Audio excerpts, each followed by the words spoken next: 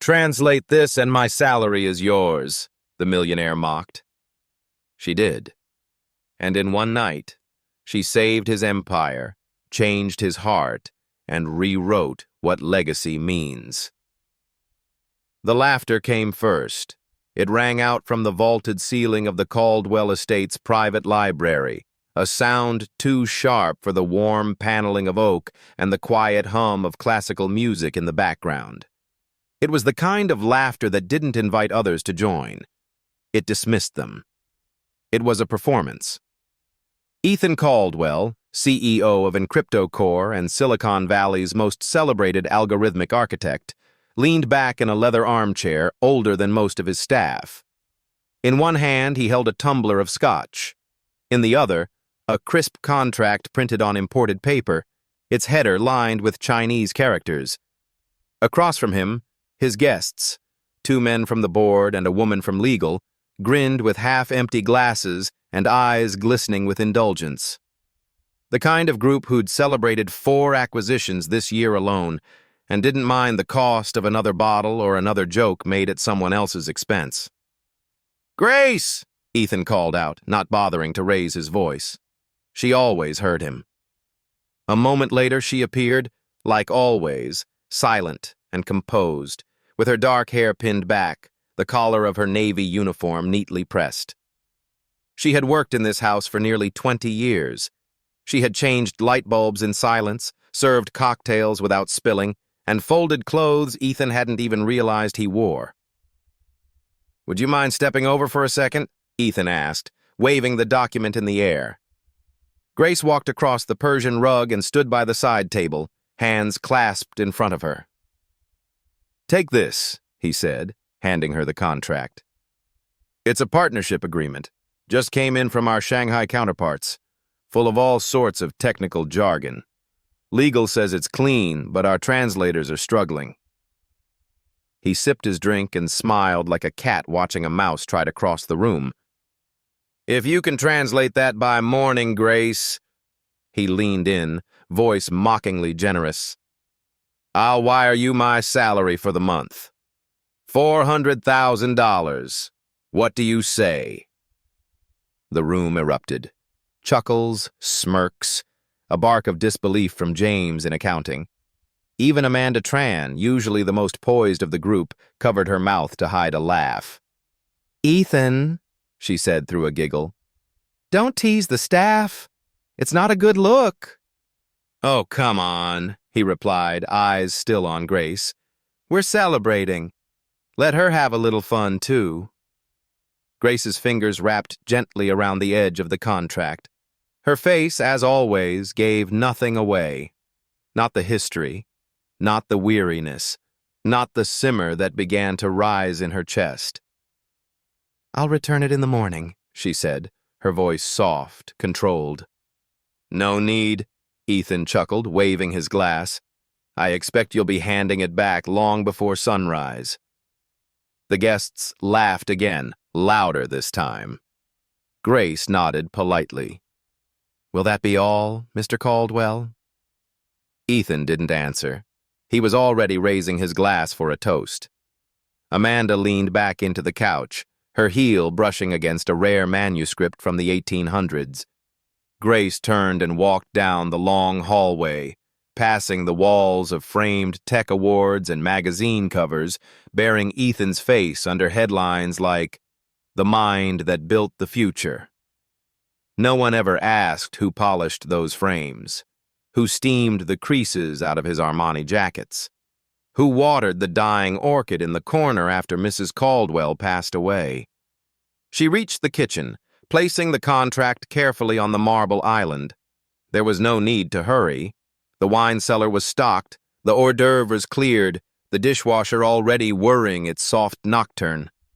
She unpinned her name tag, G. Alvarez, and placed it in the drawer beside the coffee filters. She read the document slowly at first, tracing the characters like one might trace the edge of a scar. It had been years since she had held a contract of this kind. And yet, like an old song, it came back. Tonal subtleties, syntactic balance, legal implication buried under linguistic misdirection. The margins were crowded with diagrams, schematics for a new form of encryption hardware. Not yet public. The kind of work that, if mishandled, could upend entire national infrastructures. But Ethan had given it to her as a joke, a game, a spectacle. Her eyes lingered on a clause near the bottom, one granting unrestricted data flow between EncryptoCore and its Shanghai counterpart. Worded innocently, meant to deceive. She picked up her phone and sent a message to a single contact she had kept in her life. Need your eyes on something. Urgent. Same protocol. No pleasantries. No explanation.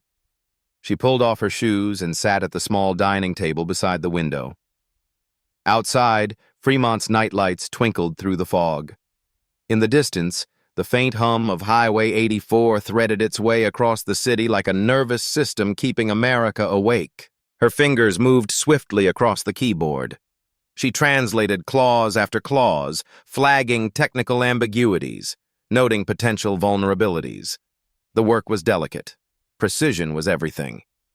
By midnight, her phone pinged. Looks like quantum encryption hardware. They're trying to sneak in a source code mirror. You'll want to flag sections 4, 7, and 12. Let me know if you need help with the deeper tech. D. Grace replied with a single word. Thanks. By 3 o'clock a.m., the translation was complete. By 4 o'clock, the annotations were printed. At 5 o'clock, she lay down for an hour's rest, her hands still tingling with the language of a past life.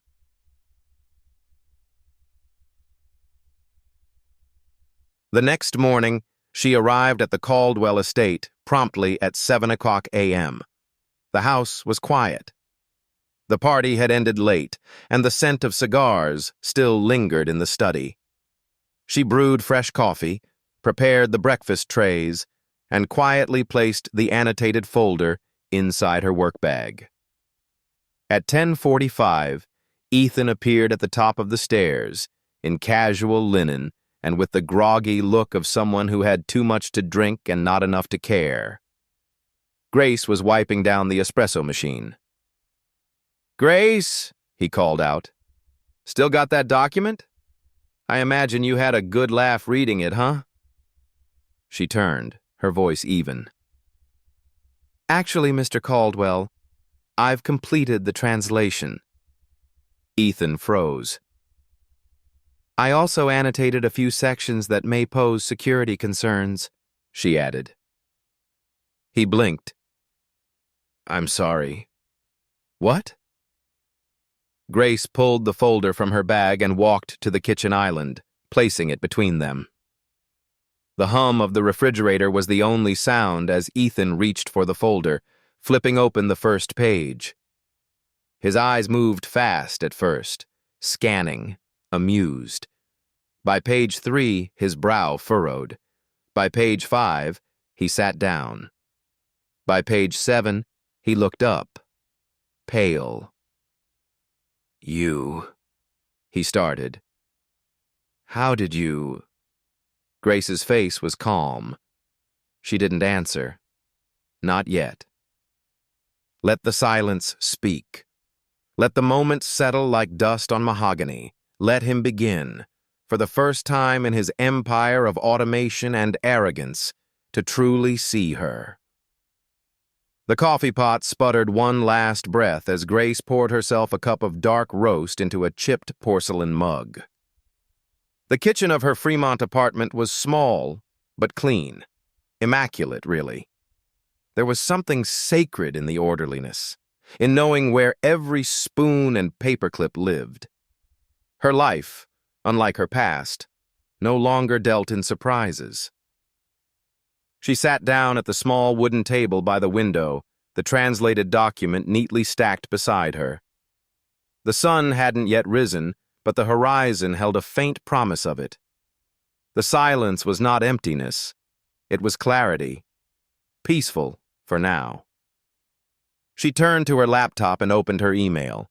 Her fingers hesitated over the keyboard, but only for a second. Then, She began typing. Dear Professor Daniels, forgive the late hour. I have a document I'd like you to glance at. Technical Mandarin, business legal context, urgent. I believe your insight could be valuable. Warmly, Grace.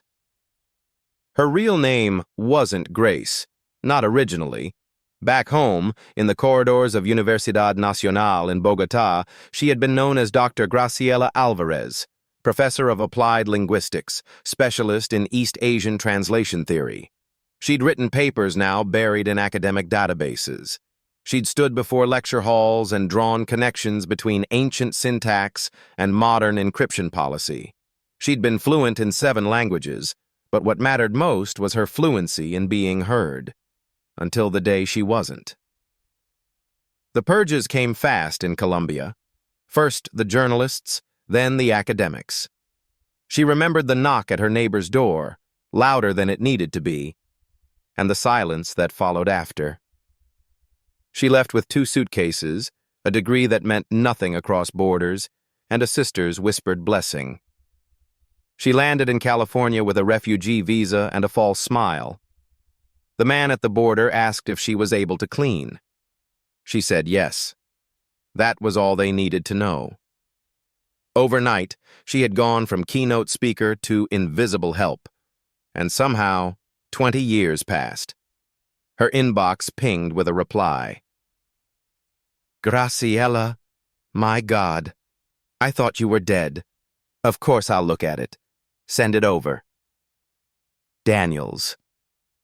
She smiled faintly. Only Daniels still used her full name. He had recognized her 5 years ago at a fundraiser where she was quietly serving drinks in a catering uniform. He hadn't said a word then.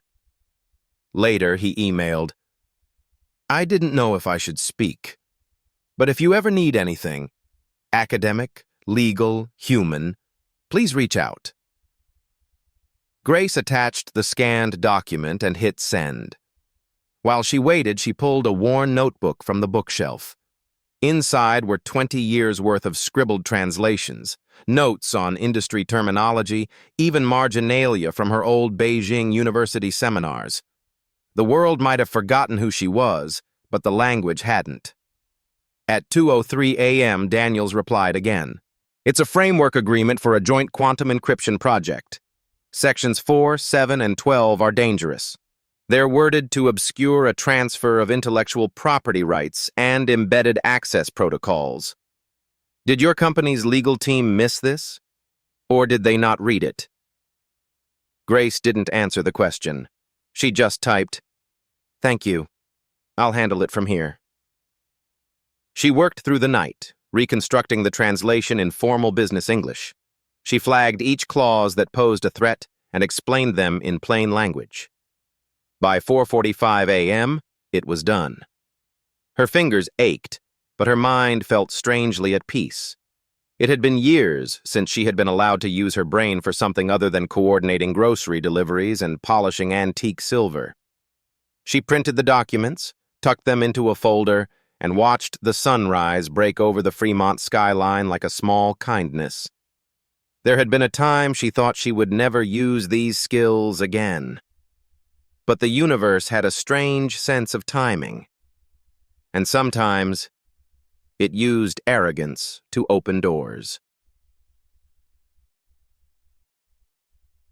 That morning, before returning to the Caldwell estate, she stood in front of the mirror.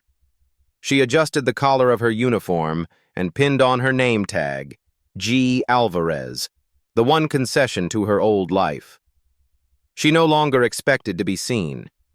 But after last night's translation, she would no longer pretend to be small. Not anymore. The fluorescent bulb above her desk flickered once before settling into a quiet hum. It was well past midnight in Grace Alvarez's modest Fremont apartment, but time no longer registered as it used to. The world had collapsed into one singular task: protect what others couldn't even see. Grace sat cross-legged at her desk, a printed version of the Mandarin Language Partnership contract to her left, her laptop in front of her, and a battered legal pad filled with decades-old terminology notes to her right. The room smelled faintly of chamomile tea and printer ink. The rough English draft of the translation was already complete. Now came the forensic work, the analysis that would expose what no one at EncryptoCore's legal department had caught, or perhaps hadn't cared to look for. She reread Section 4 slowly. Both parties agree to full transparency and data sharing across development modules for the duration of the partnership. At face value, it sounded like collaboration. But Grace had once helped draft military data governance policies for the Colombian Ministry of Technology. She knew exactly how dangerous the phrase full transparency and data sharing could become in the wrong hands, especially when undefined in scope or duration. Her annotation, written in clean block letters, undefined scope of data sharing, leaves room for continuous mirroring of secure systems. Strongly recommend restrictive clauses and periodic access review audits.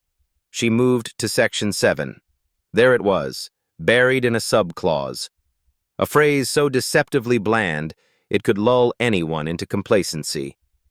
Persistent interoperability granted to partner servers. Grace blinked, then reread it twice. That meant perpetual access. It meant the Shanghai-based partner would, through legal means, be granted backdoor access to every quantum encryption trial that EncryptoCore launched. She underlined the clause and typed a note. Perpetual interoperability creates exploitable vulnerabilities. No termination language included. Security breach risk is extreme. The room felt suddenly colder. This wasn't about clever corporate maneuvering anymore. This was cyber espionage written in legalese.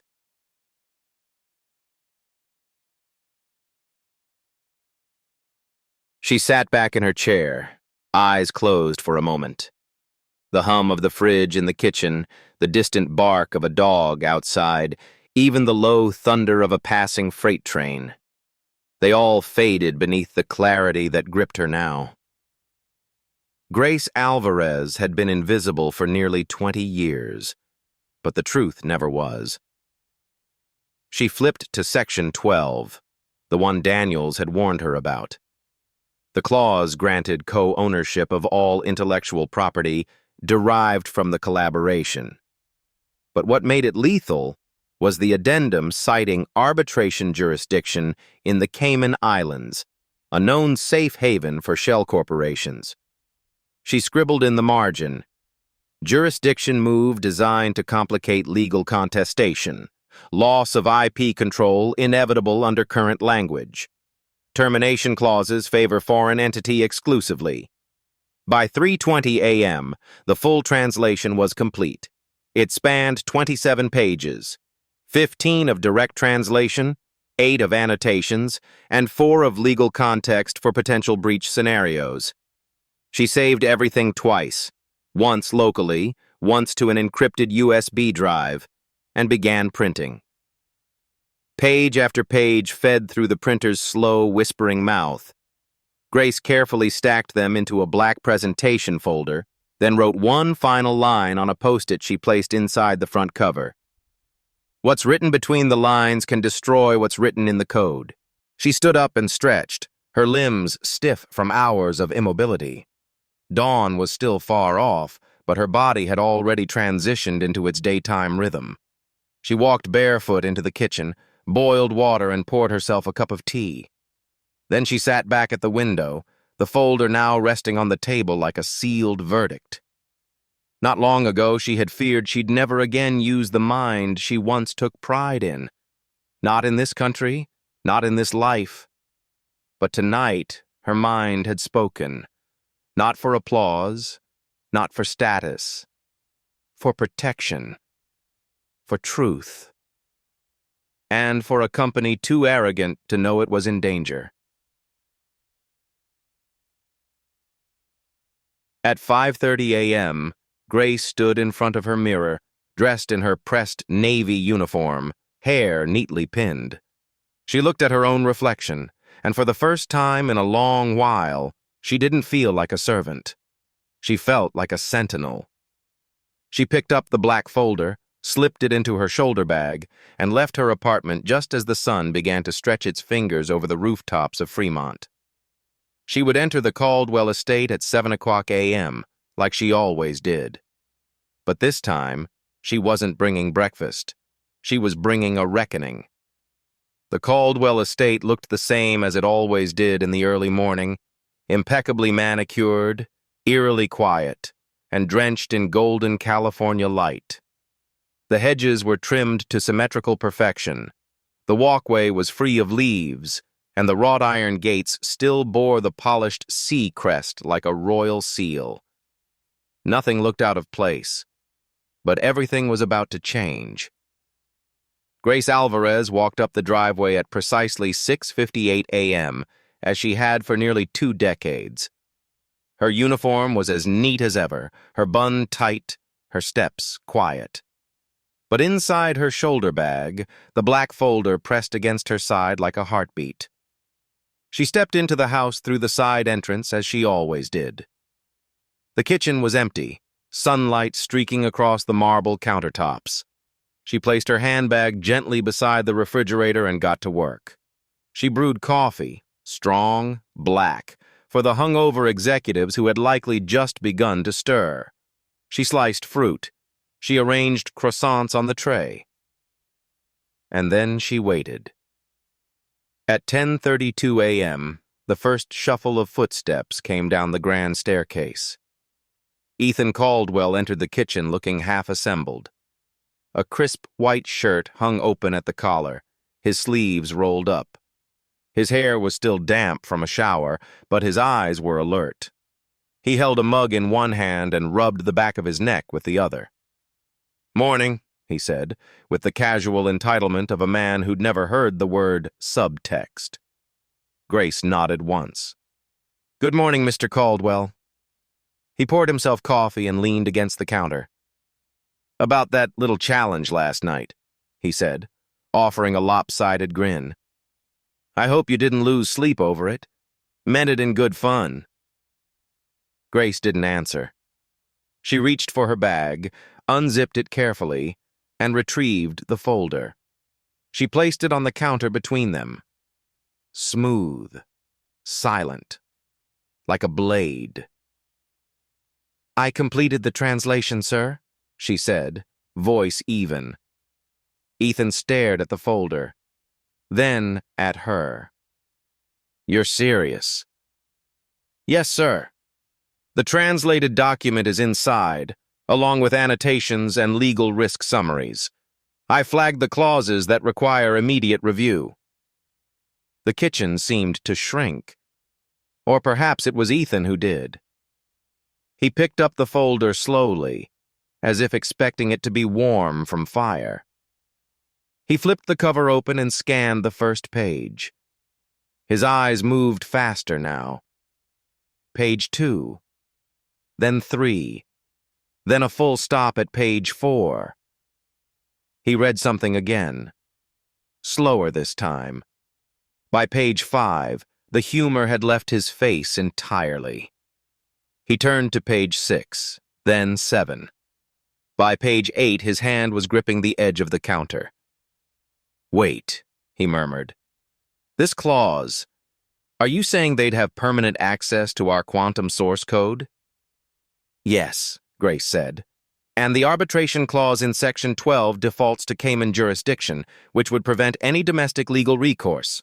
In lay terms, if you sign this agreement, Encrypto Corp may forfeit both its control and its ability to fight back." Silence. Then Ethan whispered, "Jesus Christ." Footsteps behind them. Amanda Tran and board member Howard Kessler entering from the foyer. Amanda smiled, reaching for the coffee pot. "Morning, Grace. Did we ever find that document? Ethan, you said you handed it off last night." "She translated it," Ethan cut in, eyes still locked on the page. Amanda paused. "What?" Grace turned toward her, calm as ever. I translated it overnight and annotated the strategic vulnerabilities. You may wish to read pages 7 through 10 first. Amanda's expression shifted from confusion to skepticism to something close to awe. Howard took the folder and began scanning it as well. Wait a second. She's right, he muttered. This is borderline sabotage. Who are you? Ethan asked quietly. Grace met his gaze. There was no pride in her posture, only clarity. I was a professor of applied linguistics in Columbia, specialized in East Asian business translation. I left my country during a political purge. The only work I could find here was domestic. So, I stayed quiet. The room stood still. Even the coffee pot hissed more gently, as though it too had begun to listen. You never told us, Amanda said, almost apologetically. No one asked, Grace replied. Howard looked stunned. Our legal team missed all of this. Because they're not trained to decode cultural subtext or embedded jurisdictional tricks written in specialized dialects, Grace said. They read contracts. I read intentions. Ethan stepped back, rubbing his jaw. His voice was low, almost hoarse. You just saved us from signing away the foundation of our next 10 years. Grace nodded once. Yes. Amanda reached for the folder again. We need to call a board session. Cancel the signing ceremony. This entire deal is poisoned. Ethan remained still. The folder now sat between them like a truth that could no longer be ignored.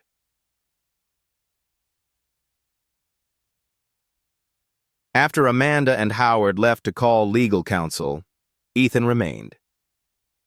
The room was quiet once again, save for the subtle ticking of the antique wall clock. You've worked here for what? 18 years? 21, Grace corrected softly. Ethan swallowed. You changed my kids' diapers, helped plan my wife's funeral. You arranged my files, decorated my Christmas trees, and I never once asked you where you came from. Grace didn't answer. I treated you like... He trailed off, searching for a word too cruel to say aloud. Yes, she said gently. You did. He looked down. I'm sorry, he whispered. And thank you. Grace gave a small nod, but not one of forgiveness. That would come later. Or never. This was a nod of acknowledgement, of having been seen. Ethan's voice was strained as he asked, Why help us? Why not let us walk off the cliff? Grace paused. Because some of us don't get to walk away from disaster. We live in it. So if I can prevent it, I will. He sat down slowly, as though the chair had more gravity than usual. You're not just a translator, he said. No, Grace replied. I'm a witness, and a warning. The library was quiet now. The same room where the joke had first been made, where Ethan Caldwell had waved a foreign document in the air and mocked a woman he never truly saw, now felt heavy with memory. Sunlight streamed through stained glass windows in golden slants, casting long patterns across the walnut floor. Outside, the wind rustled the oaks lining the drive, but inside, time had slowed to a hush. Grace stood near the fireplace, hands folded in front of her, as Ethan closed the library doors behind him. I sent the board home, he said. She nodded. I figured. He crossed the room, poured himself a glass of water, not whiskey, not this time, and took a seat across from her. I owe you more than an apology, he said. Grace said nothing. He looked at her, not over her, not past her, at her, and for the first time he asked, Will you tell me who you really are? She hesitated. Not from fear, from exhaustion. It had been so long since anyone asked her that question with sincerity. Then she began. "My name is Graciela Alvarez," she said. "I was born in Bogota. My mother was a teacher. My father was a civil engineer. I earned my doctorate in linguistics from Universidad Nacional, with a focus in semantic theory and East Asian legal dialects. I taught at the university for 10 years, published 3 textbooks, presented in Beijing, Singapore, London." Ethan blinked. "I came here in 2004, she continued. "After my university was raided, the new regime considered our department subversive. They jailed 4 of my colleagues. I escaped with 1 suitcase and a visa that expired before I could revalidate my credentials." She paused, then added plainly, "No one here would recognize my degree. The accreditation board required $12,000 in evaluation fees I didn't have, so I started over." "As a maid," Ethan said softly. "As a survivor," Grace corrected. He leaned back in the chair, staring at the ceiling, exhaling hard. My God. "I never wanted pity," she said. "You have my respect," he replied. Grace smiled, just slightly, the first crack of softness in her face since the night before. Respect was never the goal. Dignity was. And sometimes you have to fight for that quietly. Ethan stood up and paced, one hand in his pocket, the other running through his graying hair. "I've known you for 20 years, and yet I knew nothing." She looked at him, finally meeting his eyes.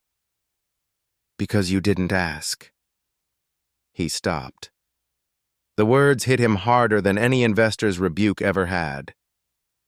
"I remember," she continued, voice calm but piercing, "the night your wife died. I sat with her when the morphine wore off, and she cried for her sons. You were in New York finalizing a merger. I stayed. Not because I was paid to, because someone needed to." He sat again, this time quieter. "Why didn't you say anything?" She gave a long, quiet laugh, not bitter, not resentful, just tired. "Because this world isn't built for women like me to correct men like you. Because every time I spoke up, I became less employable. Because safety meant invisibility." He nodded slowly, the weight of her words settling onto his chest like stone. "You kept this household together," he said. "You raised my kids." Grace nodded. "And in return, I got a roof, a paycheck, and silence. It was enough. Until last night." "What changed?" "You made a joke," she said simply. "And I remembered I used to have a voice."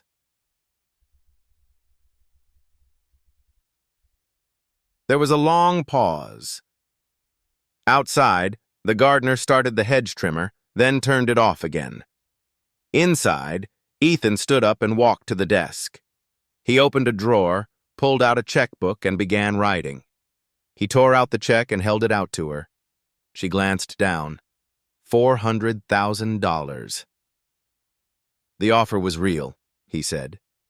"I don't care that it started as a joke. You saved this company. This is yours." Grace looked at the check for a long moment before taking it, not with greed, but with purpose. "This could pay for my nephew's medical school," she said softly. "Let it," Ethan said. "Let it do something good." Then he added almost shyly, "But that's not all." He returned to the desk and pulled out another folder, this one embossed with the EncryptoCore logo. "I want to offer you a position, a formal one, not as a maid, not as a contractor, as part of our international legal and compliance team. You'd work on language analysis, contract structure, partnership vetting. You'd be protected, well compensated, and most importantly, heard. Grace didn't answer right away. She placed the check carefully in her bag and held the folder in her hands like something fragile. Then she looked up. "I have conditions." Ethan smiled. "Name them." "No publicity," she said. "No company photo, no profile page. My family is still in Colombia. If they find out I'm alive and working in legal, they could be targeted." "Understood," he said. "We'll list you as a private consultant." "Flexible hours," she added. "I still care for elderly neighbors. I won't give that up." "Done." "And one more thing," she said, her voice firm now. "No more jokes at the expense of your staff. Not from you, not from your board. If I'm going to lend my name to your company, it will stand for dignity, not mockery." Ethan didn't hesitate. "You have my word." There was another silence. This one less heavy, lighter, honest. Grace extended her hand. Ethan took it. And just like that, 20 years of invisibility began to lift.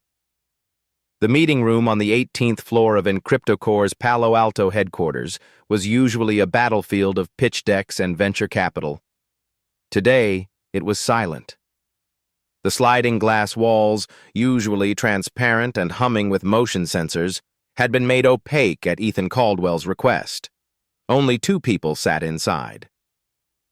Grace Alvarez, in her usual Navy attire, though now subtly modified, no longer the housemaid's uniform but a tailored blouse and dark slacks that suggested capability without drawing attention.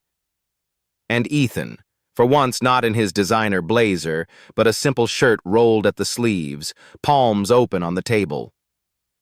The check was no longer in her bag. It lay on the table between them, voided.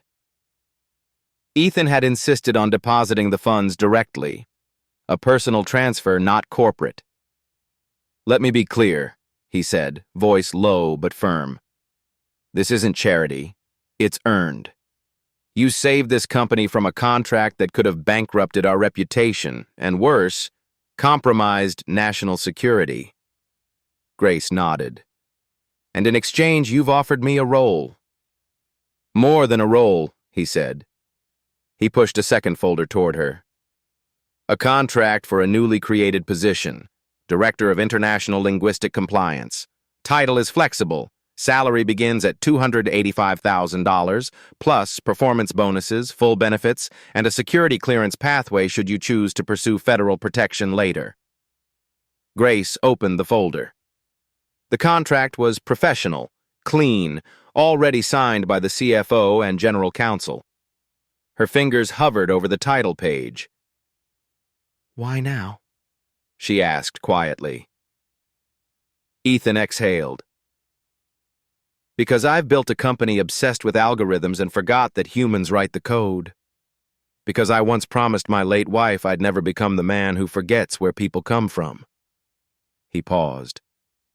"And because the most brilliant mind I've ever met has been folding my laundry for 20 years, and I only just noticed."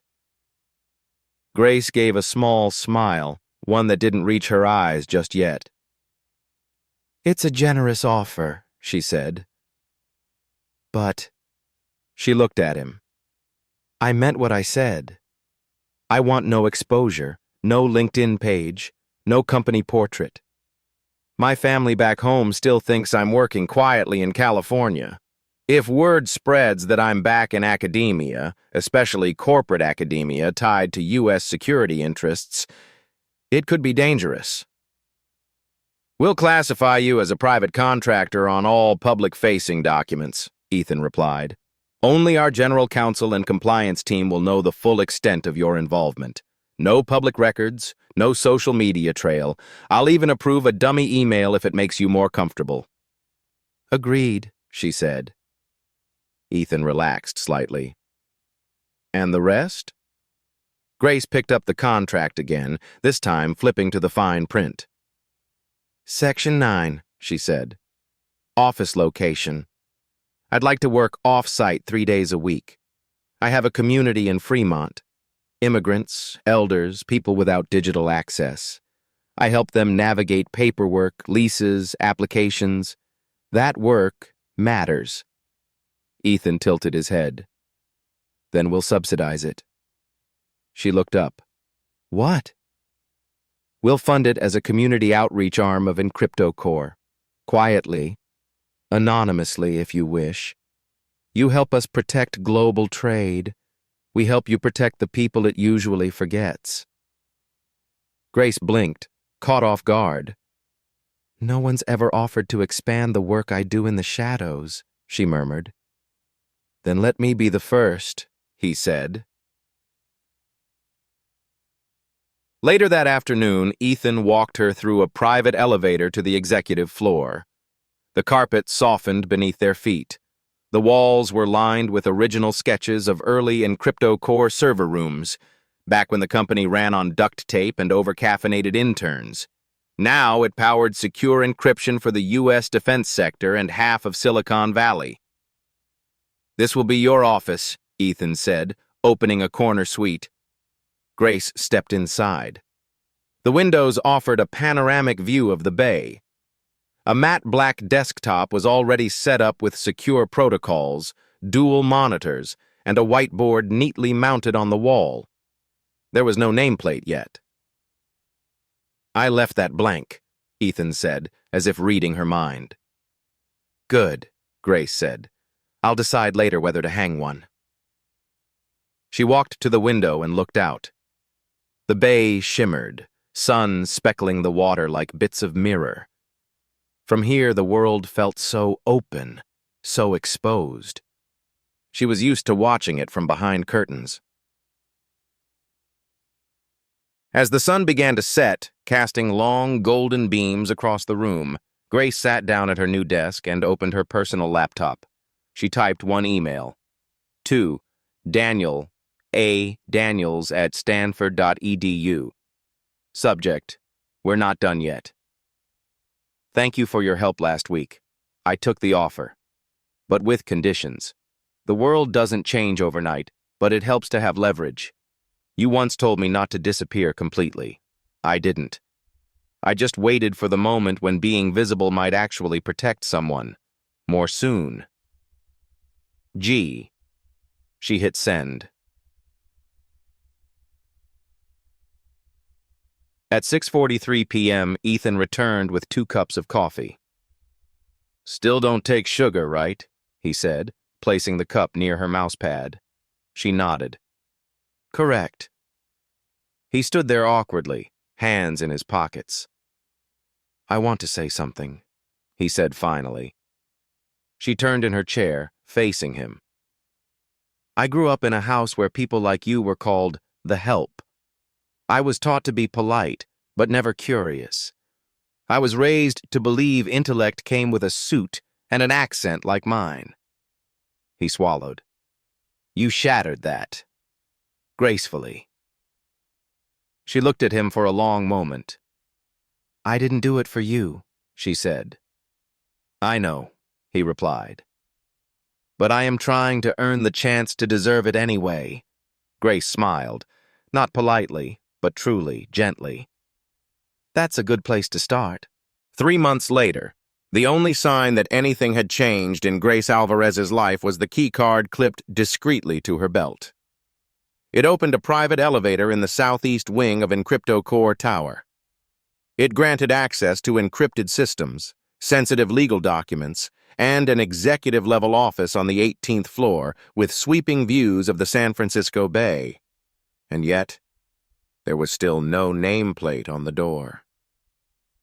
Inside that office, Grace sat at her desk, eyes fixed on 2 monitors glowing with multilingual contract text. She wore her usual dark, minimal attire. Her shoes were flat, her hair pinned tight, her expression calm. On the screen was a new draft of a partnership agreement between EncryptoCore and a Brazilian telecommunications firm. She scrolled through, noting a clause buried in Section 11. In the event of a shared technology advancement, ownership shall be mutually assumed by all contributing parties. mutually assumed, ambiguous, dangerous. Her fingers moved swiftly, annotating, define contributing parties. Requires clarification on funding origin, research team location, and governing jurisdiction. Risk of IP leakage via third-party subcontractors. She closed the file, encrypted her notes, and filed the flagged version into a private server known only to the executive legal team. Her workday wasn't glamorous. There were no press releases, no media profiles, no LinkedIn accolades. But within Encryptocore's most sensitive board meetings, her red flag annotations had become legend. More than once, a CEO paused mid-sentence and muttered, "Wait, what does Alvarez think about this clause?" Grace would never know it. She didn't attend those meetings. She didn't want to. Her value wasn't in visibility. It was in precision.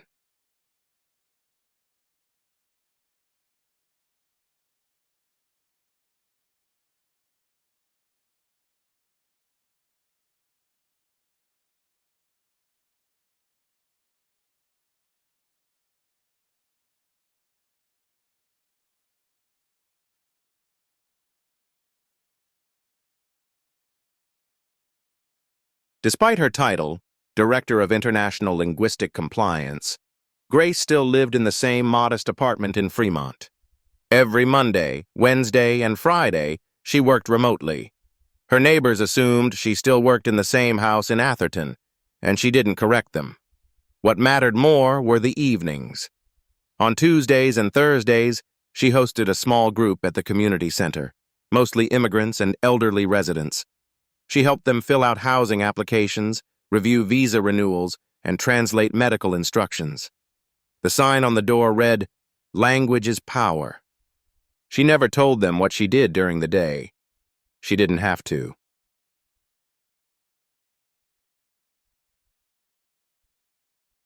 At Encryptocore, Ethan Caldwell had changed too, not in headline-making ways, but in meaningful ones.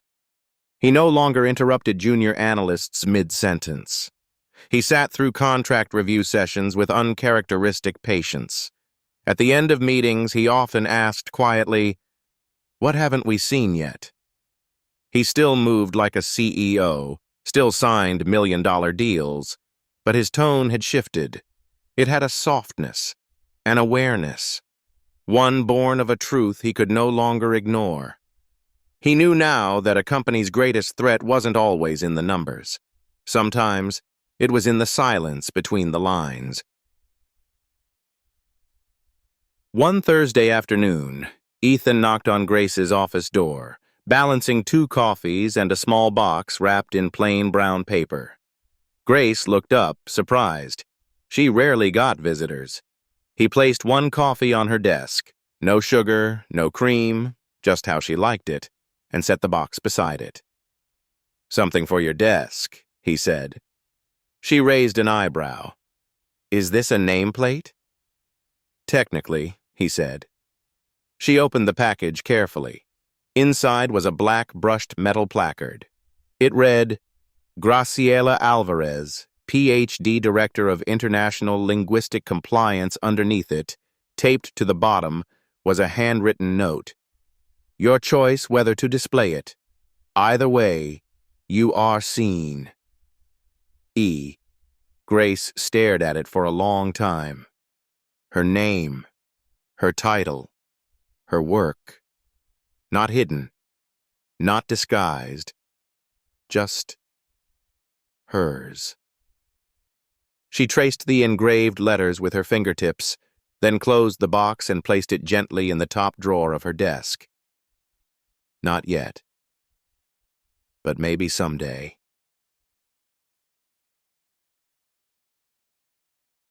Later that evening, she sat at her usual table at the Fremont Community Center. A young mother sat across from her, nervously clutching a stack of green card paperwork.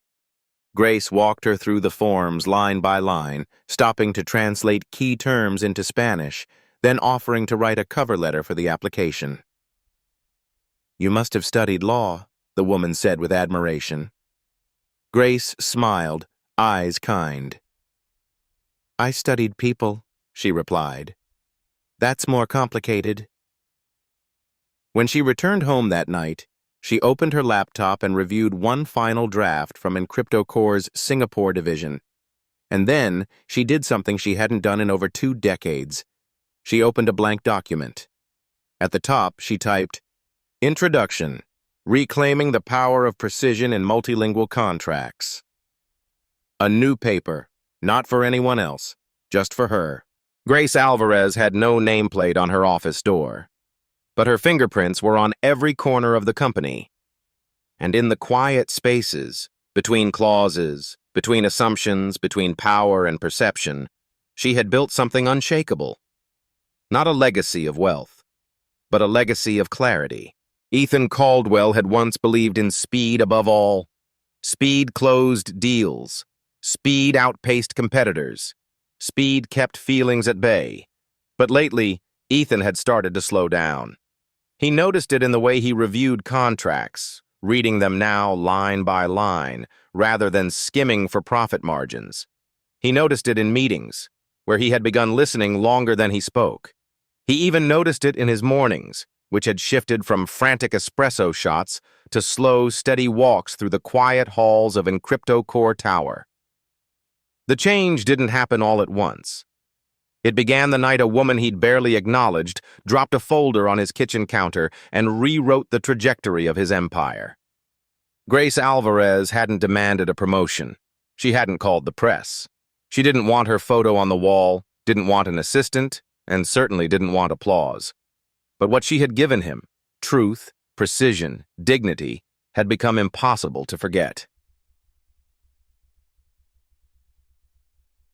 It started small. 3 weeks after Grace took the role, Ethan asked HR for a full audit of employee titles and pay bands across the company. When the results came in, he stayed late reviewing them himself. He discovered an entry-level engineer who spoke 3 languages and had been on a contractor's wage for 5 years. She now had a full-time role, back pay, and a seat in the weekly innovation review.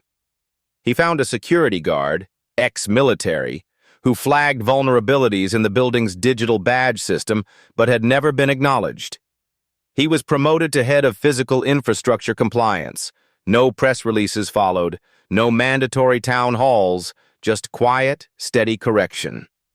And Grace noticed. She didn't say anything at first, but one morning she left a sticky note on Ethan's desk. "Correct is louder than clever."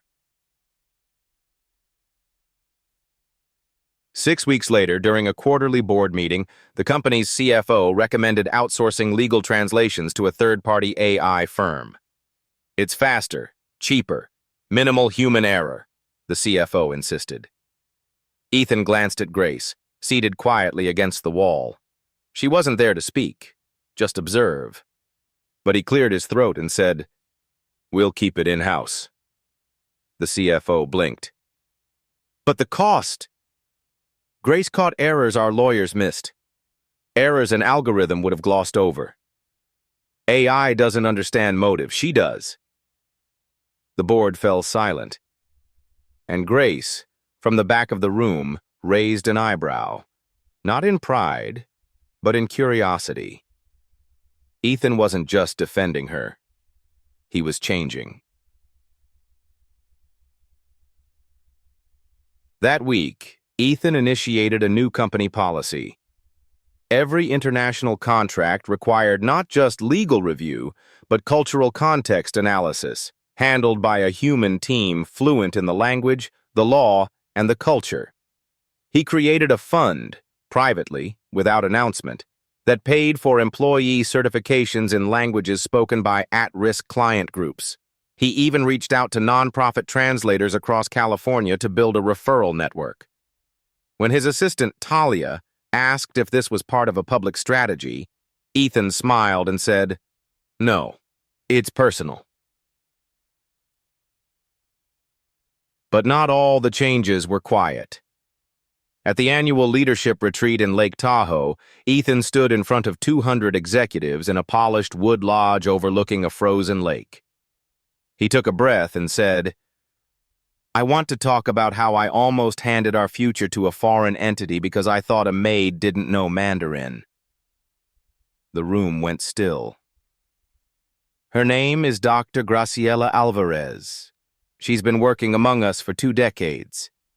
She saved this company because she refused to let arrogance win." He paused. "You don't build security with passwords. You build it with people you're willing to see." The room didn't erupt into applause. It didn't need to. Sometimes silence says, "We heard you."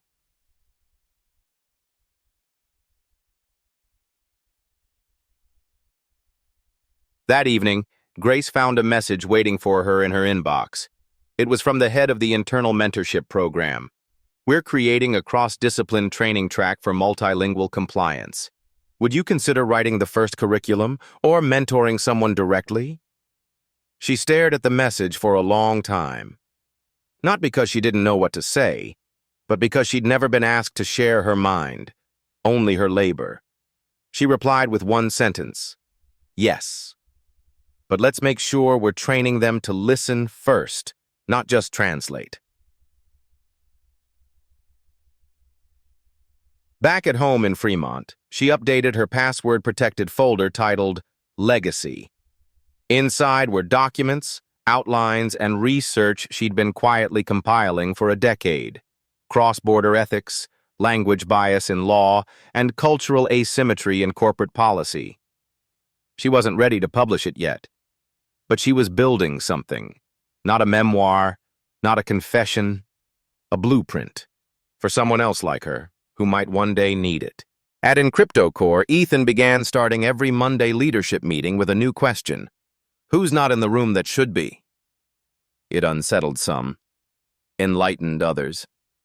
And slowly, quietly, the company started shifting.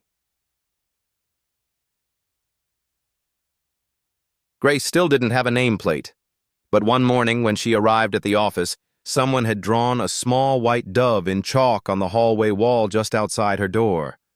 Underneath it, in block handwriting, was a single word: interpreter. Not of language, of truth. She left it there. Grace Alvarez had never mentioned her family, not once in 20 years. To her co-workers, she was a woman of silence, precision, and dignity. She didn't speak of her past, her country, or the name Professor Alvarez, which once commanded classrooms filled with students hungry for meaning. But in a small town outside Bogota, Colombia, a 17-year-old boy named Mateo Alvarez had memorized every email his aunt ever sent. They were rare, just once every 3 months. But he printed them, folded them carefully, and kept them in a shoebox beneath his mattress. In each message was a lesson: how to negotiate with humility, how to speak carefully in more than one tongue, how to refuse injustice without raising your voice. And sometimes at the end of the emails, there was a short line that stayed with him like a prayer: "Translation is not repetition, Mateo. It is the protection of meaning." Mateo had grown up without his mother. His father, Grace's younger brother, had died in a construction accident when Mateo was 8. Since then, Grace had quietly covered their rent from afar, paid for school supplies, and insisted that he study English every day after his chores. And now, a letter had arrived from the University of Chicago. He had been accepted. Full ride, except for housing and international fees. It was more than Mateo had dared to dream. But he didn't know how to tell Grace. That Thursday evening, Grace sat alone in her Fremont apartment, reading the letter Mateo had scanned and sent to her inbox. Her fingers trembled. She closed her eyes. The University of Chicago. A boy who had grown up on a dirt floor, teaching himself calculus on borrowed library books, had just been accepted into one of the most elite institutions in the world, and it would cost $18,500 a year to get him there. She didn't hesitate. The next morning, she walked into Ethan Caldwell's office, not as an employee, but as something closer to an equal. She held a sealed envelope. "I need to take a personal leave," she said. Ethan looked up, concerned. "Is everything all right?" Grace nodded. "More than all right." She handed him the envelope. Inside was a resignation letter. Ethan read it silently, then looked up. "No," he said. She raised an eyebrow. He continued. "You're not resigning. You're transitioning." "To what?" "Executive consultant. Remote. You set your own hours. You work from anywhere. You go with your nephew to Chicago and make sure he has someone nearby who knows more than Google Maps." Grace stared at him. "You don't owe me this." "No," he said. "I owe myself this. I want to be the kind of CEO who would hire you again. And right now, I'm not letting you leave. Not entirely." Her voice was quiet. "This is generous." "It's just right." 2 weeks later, Mateo stood at Gate 34 of El Dorado International Airport in Bogotá, nervously holding a backpack that had belonged to his father.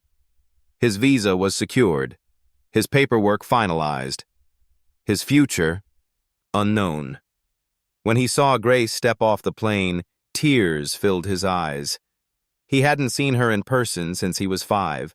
She was smaller than he remembered, but stronger too, like stone that had weathered storms and come out smooth. They hugged. It wasn't dramatic, but it was everything.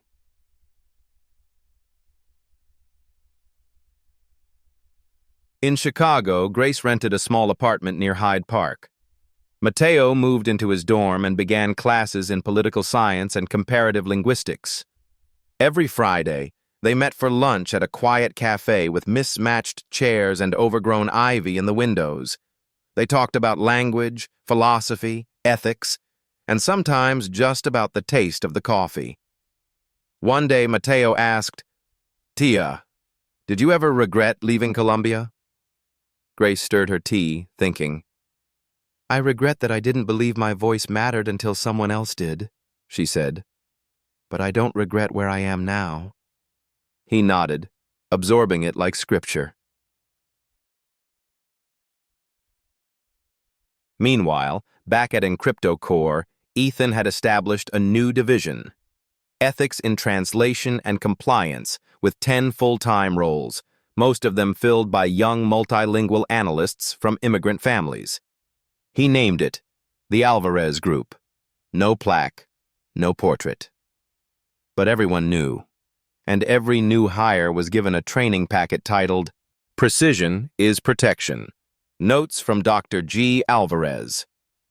It included real-world contract errors caught by Grace, annotated pages, cultural context sidebars, and one paragraph written in her own voice. The work of interpretation is sacred. It is not enough to know the word. One must know the weight of the word.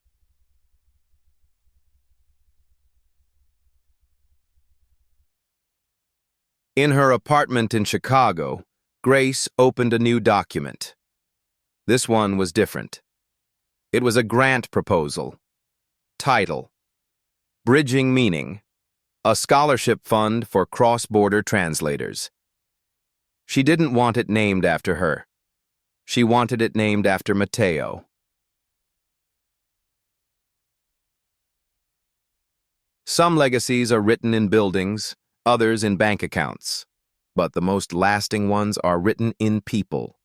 One student, one voice, one life, changed at a time.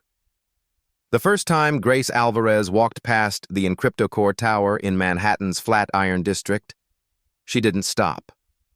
It was cold, early winter, sharp wind curling between the buildings, and though it had been 3 years since she left her cleaning cart behind, her body still remembered the weight of it. She wasn't here for nostalgia. She was here because her nephew Mateo was about to speak on the 40th floor for the first time. Not as a student, not as a guest, but as a consultant. He had been selected to advise on a cross-border translation initiative that had grown beyond even what Ethan Caldwell had imagined. Countries were listening. Legal systems were adapting. Technology was being designed around language, not the other way around. And Mateo, now 20, was part of that revolution. He had asked Grace to attend. She almost said no. But she came. Not to be recognized. To witness.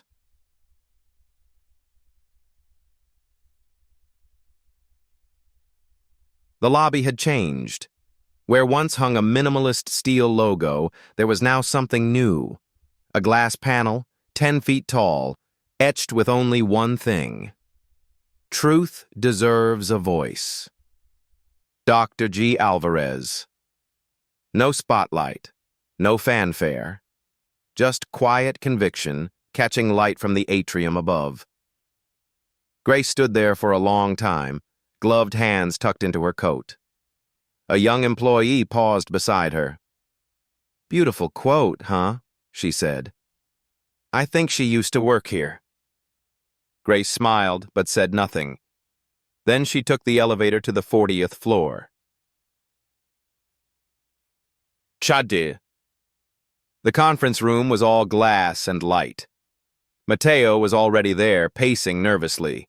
When he saw her, he lit up. Not with the awe of someone greeting a legend, but with the warmth of a nephew seeing the person who never once let him fall.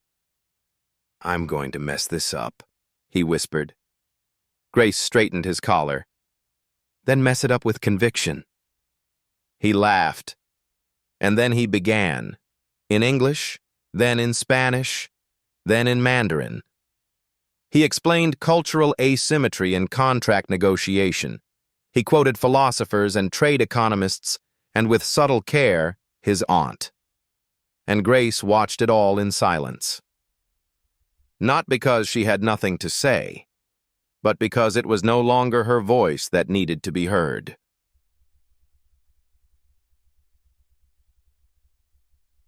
Later that evening, after the applause, after the handshakes and business cards, Grace and Ethan met again.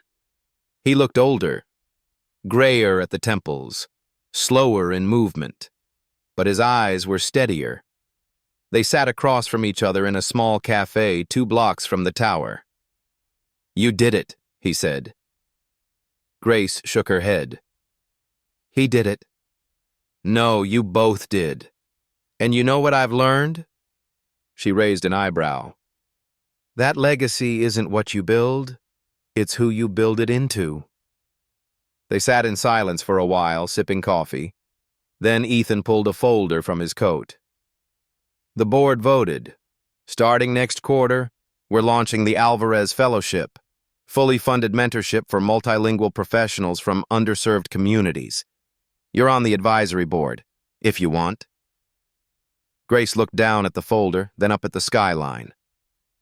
"Okay," she said softly, "but only if we include listening as part of the curriculum." That night, back in her apartment, Grace opened her laptop. She added one final sentence to her folder labeled Legacy. I was not the story. I was the sentence that helped it make sense. She closed the file, and for the first time in years, she slept without setting an alarm.